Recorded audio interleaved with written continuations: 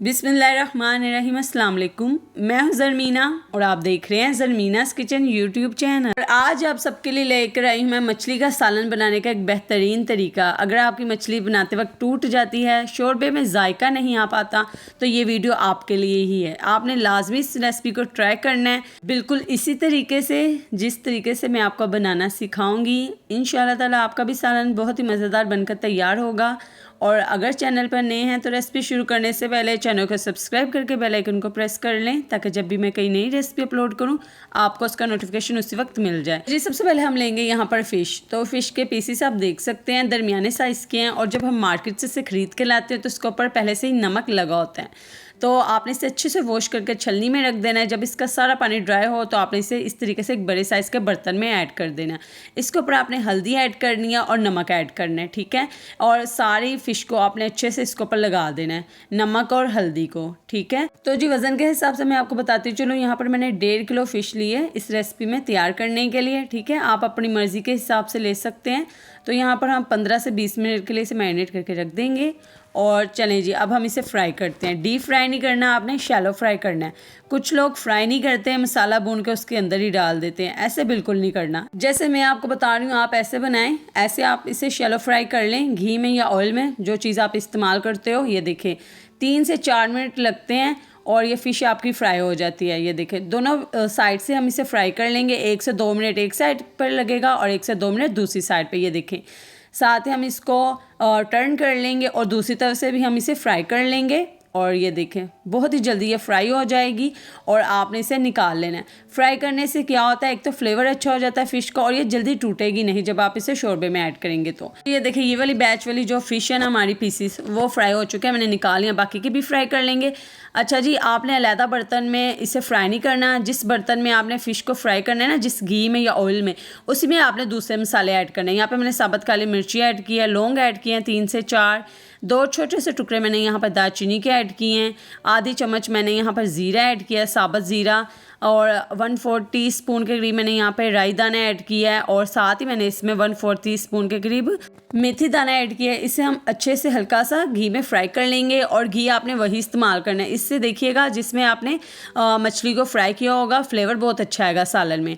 अब आपने यहाँ पे प्याज लेने हैं, उससे आपने अच्छे से 2 यहाँ पर मैंने बड़े साइज़ के प्याज जूसर में डाल के मैंने अच्छे से ब्लेंड कर लिए थे, ठीक है, और मैंने इसमें शामिल कर दिए हैं।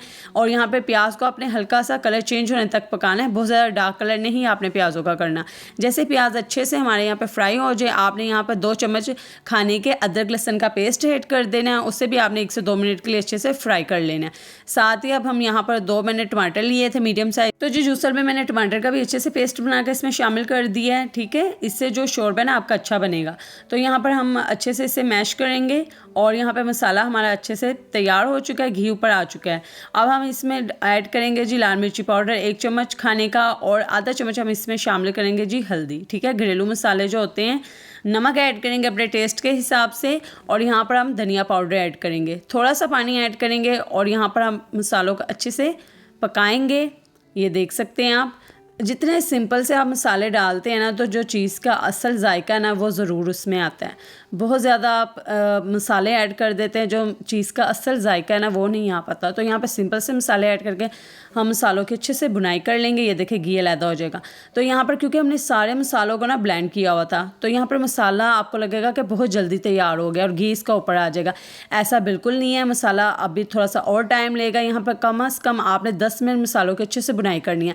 अगर आप चाहते हैं कि आपका जो मछली का जो शोरबा है या ग्रेवी जो भी आप बनाना चाहते हो उसमें जायका आए, तो इस बात का आपने खास ख्याल रखना है। जल्दी से आपने ये नहीं करना कि मसाला हमारा तैयार हो चुका है, ऐसे पानी शामिल करते जाएं और मसाले को अच्छे से 10 मिनट के लिए भुनें। और जैसे ही अच्छे से मसाले की भुनाई होगी, मसाले का जो टेस्ट है ना वो जब आप ग्रेवी या शोरबा बनाएंगे बहुत ही ज़बरदस्त आएगा। तो जी यही छोटी छोटी बातें होती हैं जिससे हमारे सालन में जायका आता है, जो कि अक्सर लोग बताते ही नहीं है, अवॉइड कर देते हैं। लेकिन मैं आपके साथ इसलिए शेयर करती हूँ ताकि जब आप रेसिपी बनाएं तो आपको 100% रिजल्ट मिले। तो यहाँ पर आप मसाले का कलर भी देख सकते हैं कितना ज़बरदस्त आ चुका है, और उसका घी भी सारा ऊपर आ चुका है। अब मैं यहाँ पर शामिल करूँगी 2 खाने के चम्मच जी दही, और दही शामिल करके हम इसे अच्छे से मिक्स करेंगे।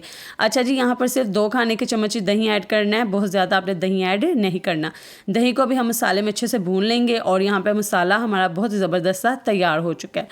अब हम इसमें फ्राई किए हुए फ़िश के पीसीस ऐड करेंगे। तो यहाँ पर देखें जी, अगर मेरे पास थोड़ी सी फ़िश होती ना तो बहुत आसानी हो जाती, जैसे कि आधा किलो वगैरह, लेकिन यहाँ पे मेरे पास 1.5 किलो फ़िश है और पीसीस भी आप देख सकते हैं काफ़ी ज़्यादा है।